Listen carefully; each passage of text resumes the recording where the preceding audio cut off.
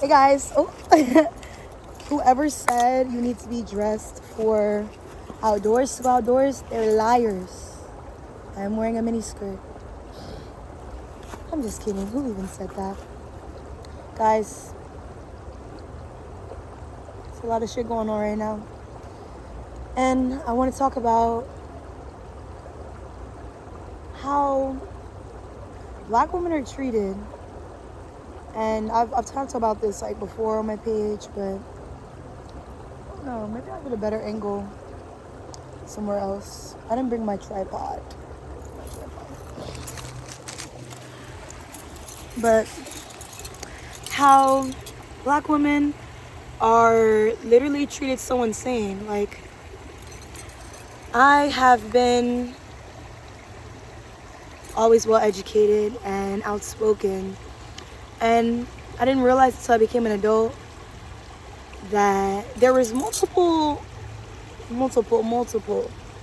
like, overall one generational curse, but multiple very serious attempts for me to be like quiet and like to shut the fuck up and not be myself.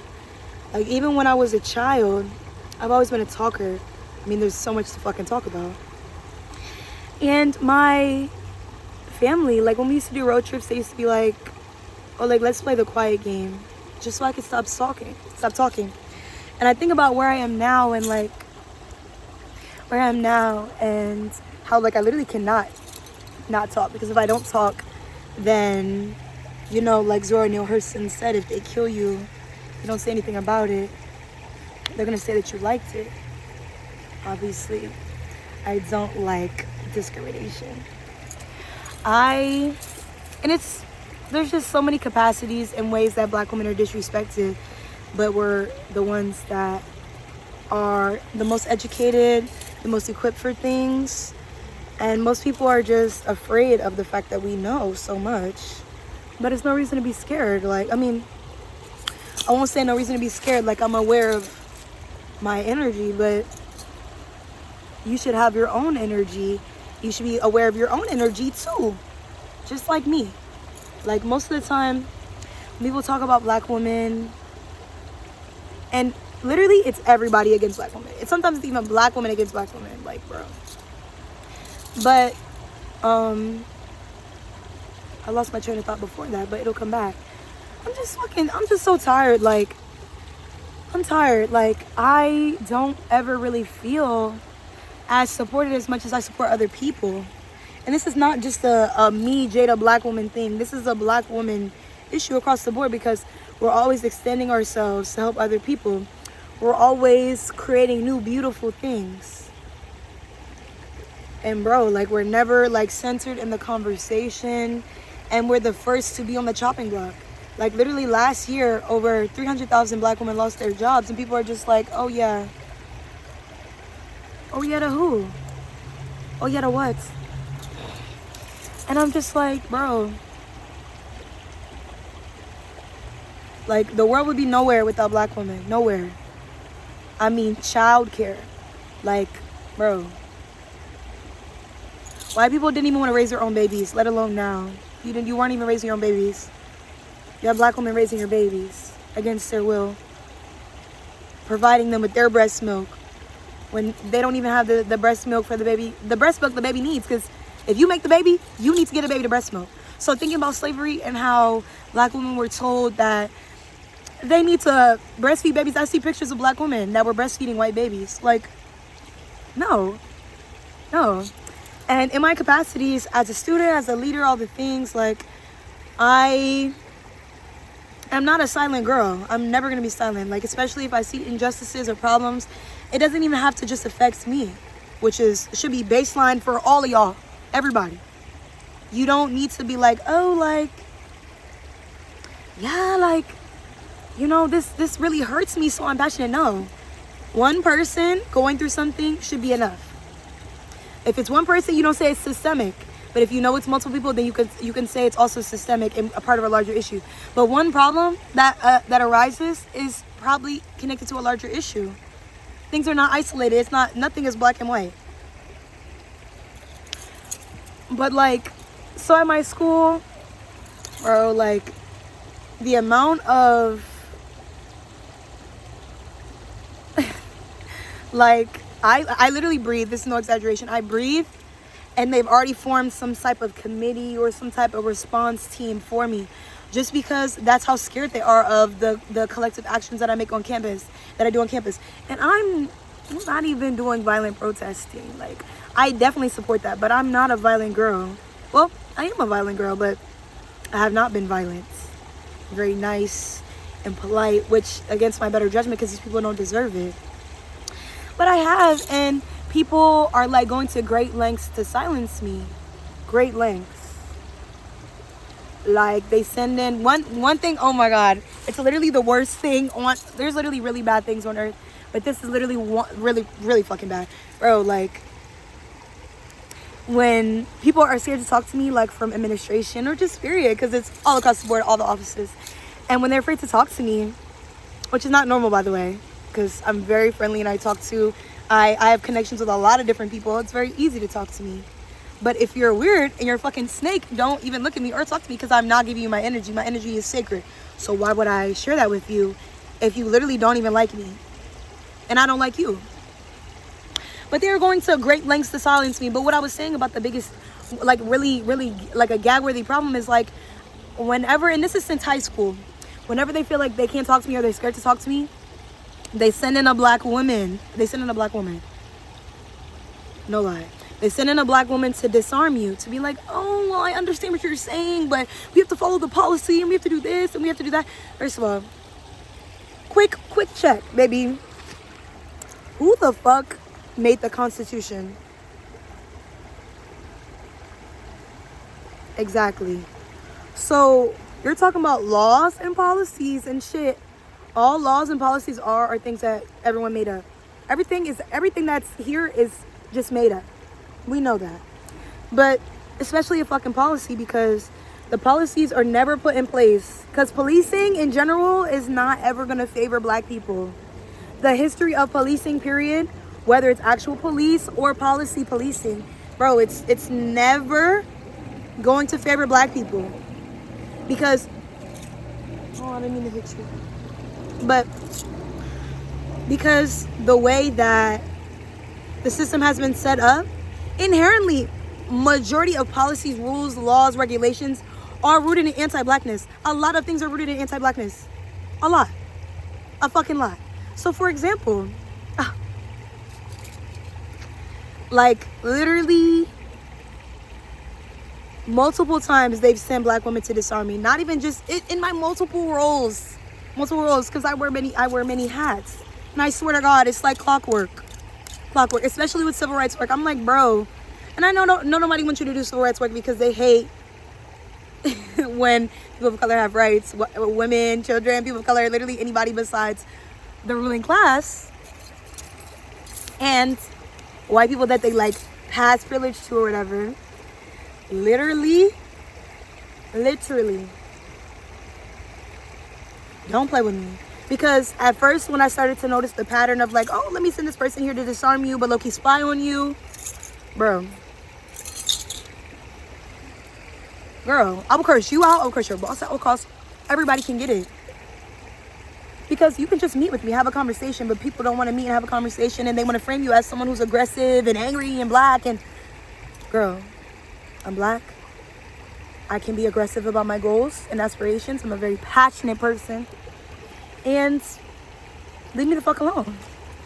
Because, like, they'll say, like, and everyone always says, like, oh, like, you should advocate and you should do the things.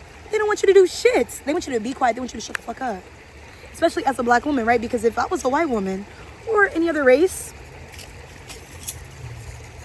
I would not be treated the way that I am. I'm way more educated in leadership than a lot of these people. And they treat people like shit.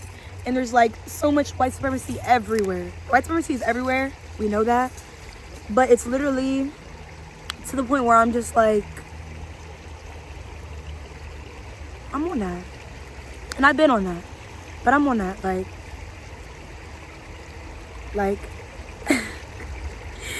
I'm just, I'm so over this shit. Like, and don't even get me started on the humiliation rituals, because I've had at least one recently, an attempt back in December where my manager, who's another black woman, not only decided that she wanted to yell at me and berate me like I'm not a grown-ass woman, but mind you, this was over a miscommunication, girl. Which is another thing about policies and policing, because literally she put me on probation for that shit and there's no policy for that. Like, they're just making shit up for me. That's why policies can just be made up. So when your politicians are like, oh, I can't do this, I can't do that. No, they can sit down and they can write a fucking policy and they can get that shit passed. Fuck a majority, fuck a minority. If you want to get some shit done, you can get it done. Whether you write a policy or not. Exactly. Literally, she yelled, berated me, accused me of mocking her and doing all this shit. Mocking her, deliberately undermining her, trying to turn people against her just because they're threatened by my energy, bro. Just because you're threatened by my energy. I've been in leadership positions for such a long time that I'm just like very much well equipped and well educated on how to treat other people and how to be a good supervisor. So when people put me in position to supervise and then I supervise and make decisions based on that, niggas is like, oh my God, like why is she thinking for herself? Like, oh my God, like, oh my gosh, she's critically thinking, because like they don't want you to critically think, but you have to critically think about everything. Be skeptical about everything, everybody, because what the fuck, especially like, not especially, I would say especially now, girl, same shit, just a different day. I mean, besides literally the multiple wars and countries that are being destabilized right now. And I say same shit another day because, you know, America has been doing this for a very, very long time. So I'm sending literally so much love. I will link some mutual aid that I know of Minneapolis. Don't know about mutual aid for Cuba, but Cuba has fallen as far as I'm aware. Of the recent news that I checked, and by fallen I mean they have no oil, so they have no power, so they're in a fucking blackout right now. And bro, Venezuela's president, like, they took the president so they could take all their oil, and then they're making like, you know, like, America's trying to have an army base in every single country, and it's just imperialism. And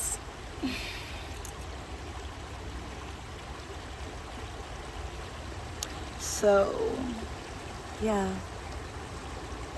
But let me elaborate more on the humiliation ritual, right? The reason why it was a humiliation ritual was because when she had the conversation with me, not only did she tell me to stand in the middle of the room, like literally stay right here until I figure out something to do with you.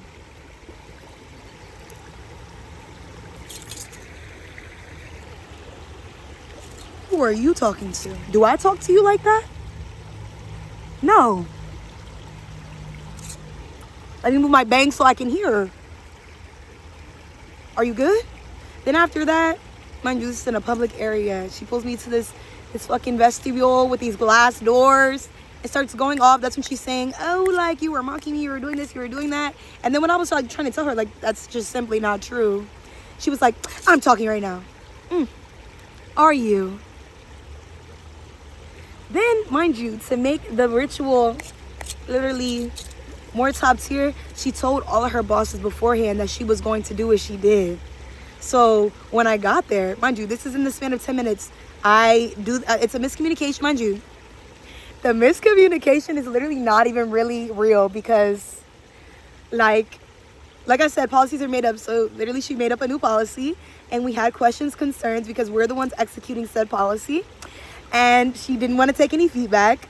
Literally told us to be quiet. Like, she didn't want us to hear it. She didn't want to hear it. Then, when she made me a team lead and gave me a whole group of workers that were not familiar with what we were doing. So I would have had to train them and show them all in a day where we're supposed to be finishing the work before like 1 p.m., 1 or 2 p.m. And it was like 11. So instead of me doing a place where I'm unfamiliar with, I did where I'm familiar with. Because you gave me a whole new group of people to show to train, and it was all very relevant. Like, I made the decision very logically. And I didn't tell her because the morning of, we were all sitting around waiting for instructions and nobody knew what was happening. Everything went late. So we were just like, oh, we're going to go. I communicated with the group that I switched with, and I wrote it down on a paper, what was where. And she called me, and within that time, me and my group came back to where they dispatched us from. And then they told my group to leave without me, told me to stand in the middle of the room. Then that's when she put me in the little glass house. And then she said all those things. And when I tried to speak, she told me that I need to be quiet. And then she had her white boss that is a white supremacist. She is a white supremacist that literally be ducking and dodging me. She be dodging me. I've been trying to talk to her since last summer. Literally never emailed me back, but she emailed everyone. I was the only black woman on the team. She emailed everyone back besides me. And I mean swiftly. So she let that boss stand outside the door and listen to the conversation without coming inside. So when I see her outside, I'm like, hey, come in. Or do you need her? Is there something going on? I'm like, oh, come in. Like, do you want to be a part of this conversation? And she's like, no, I'm fine. I'm like, you're fine? What? And then when I got back in the room, she yelled at me. And she told me that I was her employee. It's a white woman, too. I was her employee. And mind you, she barely works for the office. She pops in and out when she wants to. Don't know who this... I won't say I don't know who she is because I unfortunately do know who she is. But, girl, literally nobody on our staff really knows who she is at all. So, she's like, you're an employee and this and that, and I can sit in on any of your meetings and I can support my team how I want to. All of this crazy shit, because mind you, I'm standing there. She don't even say, hey, Jada. She's like, you're my employee. I'm like, oh, am I? Yeah, these people have me fucked up. That's crazy. Are you good? So that's a humiliation ritual. And also having people join in on it. And, that's humiliation ritual. That's what that is. And I'm done. Never would I ever humiliate another black woman, whether I like you or don't. It's never that serious to me. But it'd be that serious for y'all. And you know why it's that serious? Because you don't want to stand in your own energy and you can't be confident within yourself and the decisions that you make. Every time I make a decision, I'm very much 100% toes down in what I did and what I said. But y'all can't say the same. You can. And that's okay for you. That's not how I live my life. So you thinking that I'm going to be quiet, you're going to put me on probation, or you're going to do this, or you're going to do that. You're going to make it so my organization can't continue the civil rights work. It's still going to happen. It's still going to happen. Regardless of what you think and what you think I should be doing or who you think I should be, never would I ever listen to someone else about who I should be. And it's just sad when it's not just from white people and other people of color and all the things. And I'm so tired of the white label. Like, I'm about to really start going down the list. Scotland's, Irish, Italian, all of them. You're the Europeans. All of y'all. Fuck y'all.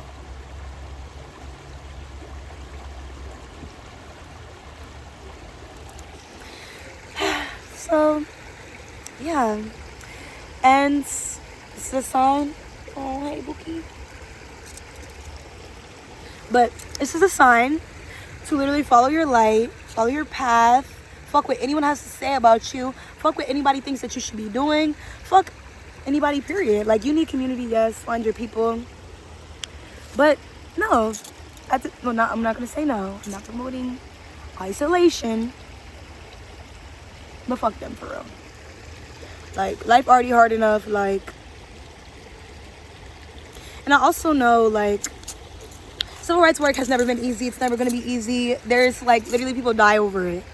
So, what's a little suspension to a gunshot wound, or like for example, how Fred Hampton died. He came in his apartment. Well, they drugged him through a spy that was staying with him, so that when they came in the nighttime and killed him and shot at his pregnant wife, and everyone else in the home, that he wouldn't be able to get up and defend himself. So that not only did they come in, FBI came in, trench coats, big ass guns to kill Fred Hampton. But they also sedated him so he couldn't wake up. So what's a little suspension, right?